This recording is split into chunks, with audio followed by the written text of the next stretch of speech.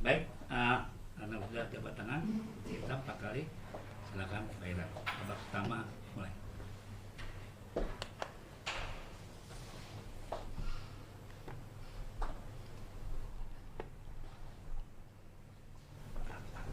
Iya, Kak Susanto, nih pertandingan sudah dimulai nih. Kak Iren Karisma Sukandar memegang buah putih melawan Pak Dadang memegang buah hitam. Iya. Bisa kita lihat di sini ya Kak Susanto ya.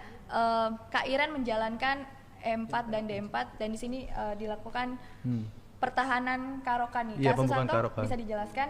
Ya, dengan pembukaan karokan sendiri, saya sering main pembukaan karokan dengan hitam, pembukaan hitam. Ahlinya ya. Ya, Iya. mungkin udah sering banyak pertandingan saya yang mainkan pembukaan karokan.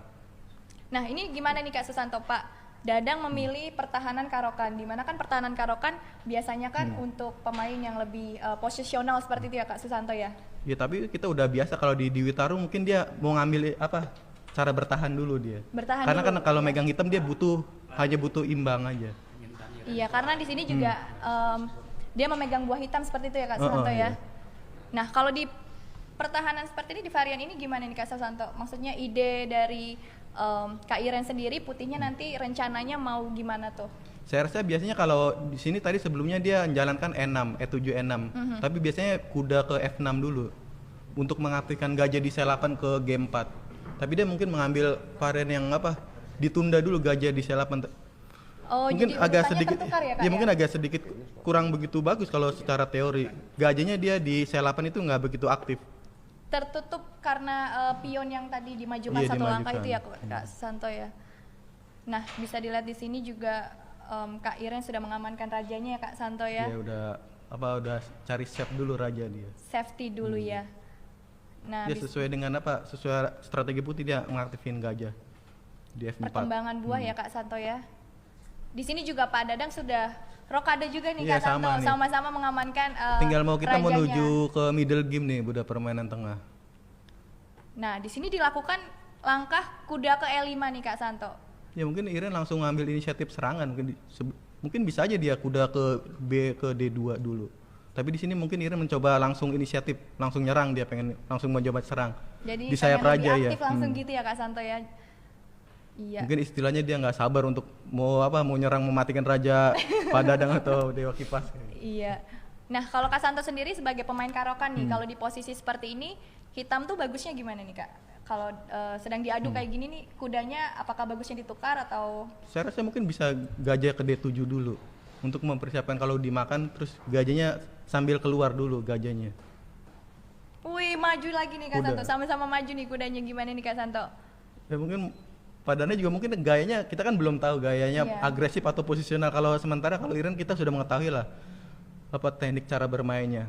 Tapi kalau Padang sendiri kan saya belum tahu juga nih cara bermainnya. Jadi kuda E4 mungkin angkat tidak lazim bagi saya, soalnya saya pemain karokan juga sih. Iya, Terlalu cepat ke kuda E4 mungkin. berdasarkan pengalaman Kak Santo Iya, yang kalau sudah secara pengalaman bertahun-tahun mungkin tapi bermainkan mungkin dari pertandingan ini, Pak Dewa Kipas mungkin ada ide lain dari kuda E4 dulu. mempersiapkan sesuatu Iya, mungkin sudah ya mungkin. Kak Santo ya. Ya, di sini Kak Iren tidak memakan kudanya tapi menjalankan pion F3 nih Kak Santo, mengancam kudanya Pak Dadang. Ya dia ingin tidak mau dia kuda di depan itu mengganggu. Biasanya langsung diusir dulu supaya ke belakang. Mungkin Menutup. jalan di sini bisa kuda ke D6 dia. Kudanya mundur. Oh, jadi Dia tidak manuver. ke Ke F6 petak lagi. sebelumnya tapi ke D6 Karena ya. kalau kuda F6 balik lagi. Oh, tapi dia makan kuda ke L5. Wah, ini ada dua nih, ada dua kuda nih Kak Santo yang bisa dimakan. Kuda yang di E4 apa kuda yang di E5 nih? Mungkin kalau dimakan di E4 dia akan jalan kuda ke D3. Akan dia mempunyai sepasang gajah. Ya Iren jelas dia nggak mungkin mengorbankan sepasang gajahnya, gajah ke L5. Tetap di keep ya sepasang Iya. gajah, karena kalau sepasang gajah itu kan secara umum lebih baik dari gajah kuda ya Kak Iya, Santo ya. gajah kuda. Iya. Kalau di posisi terbuka gini pasti otomatis sepasang gajah lebih bagus daripada gajah kuda Kak, di sini. Karena kan ini varian terbuka nih, bukan karokan yang varian ini. Nah, tadi Kak Santo sempat mention nih kudanya mundur ke D6, tapi di sini Pak Dadang menjalankan kuda ke F6 nih. Dan di sini Kak Iren menjalankan menteri C2. Pak Dadang lihat nih ancamannya. Ya udah Ancaman lihat karena pion di H7. kalau nggak dia dimakan dulu kudanya, habis itu Kudanya kena ya, gajah ke kena H7. pionnya di H7. Iya. Wah, dilakukan gajah pertukaran gajah nih Kak Santo. Ya sementara Pak Dadang belum menjalankan gajah sama sekali nih di C8 ini. gajah yang di C8 Iya, ini masih pasif masih ya Kak Santo pasif ya? Masih sementara. pasif. Sementara buah-buah putih sudah berkembang ya Kak Ya Santo kalau ya. lihat dari posisi sedikit sih ini lebih unggul tipis putih di sini. Karena dia udah perkembangannya udah keluar semua buahnya. Wah, kudanya ke H5 Kuda tujuannya H5. apa nih Kak Santo kira-kira? Dia mau kuda F4 rencana dia. Oh, mau masuk ke petak F4 ya. Dan ada gajah dari D6 yang Iya, menjaga buat kudanya menjaganya. nanti ya. Nah, dicegah nih Kak Santo F4. didorong F4, jadi kudanya nggak bisa ke F4.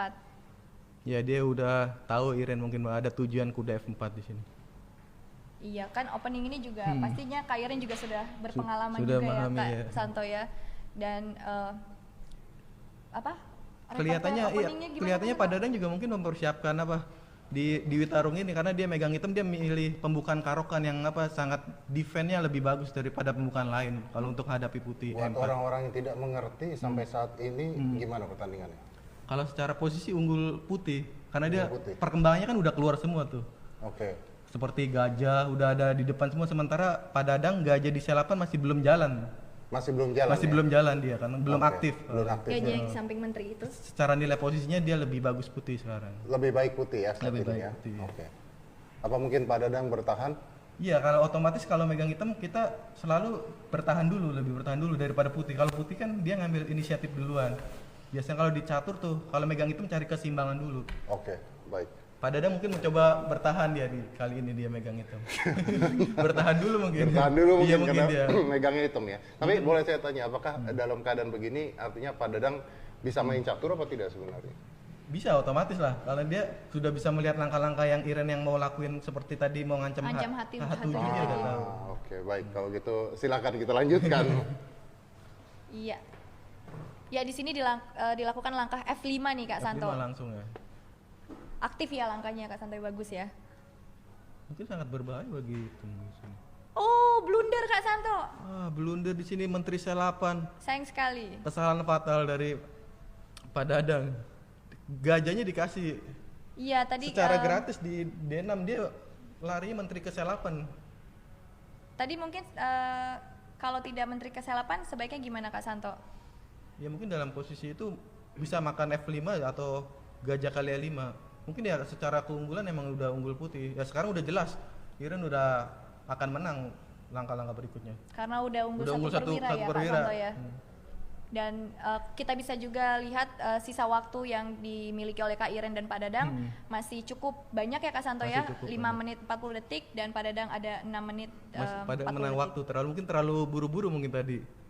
Tidak ngelihat langkah Menteri Selapan tuh kesalahan fatal atau blunder kalau di istilah dicatur. Iya, karena satu perwira Satu tanpa perwira. kompensasi apa-apa ya Kak Santo Tanpa ya. kompensasi sementara masih ditekan juga di sayap rajanya. Di gajah E5 itu sangat kuat Iya. buat nyerangnya. Sayang sekali tadi ya Kak Santo ya. Dan gajah A6 ingin melakukan pertukaran lagi Iya, Kak karena Santo. gajahnya di B7 juga serba salah. Kurang begitu aktif. Iya, Ya, sekarang rajanya mungkin akan hancur nih di sayap raja. terbuka ya Kak Terbuka Santo ya. otomatis. Posisi rajanya hitam. Dan sekarang gajahnya juga diagonalnya terbuka Ya, juga ya sekarang Kak. udah tinggal penyelesaian dari putih aja kemenangannya. Wah, diadu lagi nih Kak Santo Nah, nih di sini bentengnya ada- nih. Mungkin Iren mau ada pilihan mau mematikan atau menang cara simpel kayak gitu. Kalau cara tinggal simpel gimana tuh Kak? Kalau untuk ya mungkin kalau memenangkan cara simpel. misalnya mau mematikan mungkin bisa Menteri F5 atau dia. Nah, itu mungkin secara simpel dia nggak mau resiko lah udah unggul satu perwira. Tinggal diadu-adu aja pertukaran buah. Jadi biar lebih sederhana seperti lebih itu ya Kak sederhana. Santo ya. Nah, di sini Ya. udah menyerah di Pak Dadang ya, sudah karena sudah bisa kalah menyerah. satu perwira dan rajanya juga akan mati di langkah berikutnya. Ya, pertandingan sudah dimenangkan oleh Kak Iren Karisma Sukandar di babak pertama. Jadi pertandingan pertama dimenangkan oleh Kak Iren Iren Karisma ya. Sukandar, ya. Oke.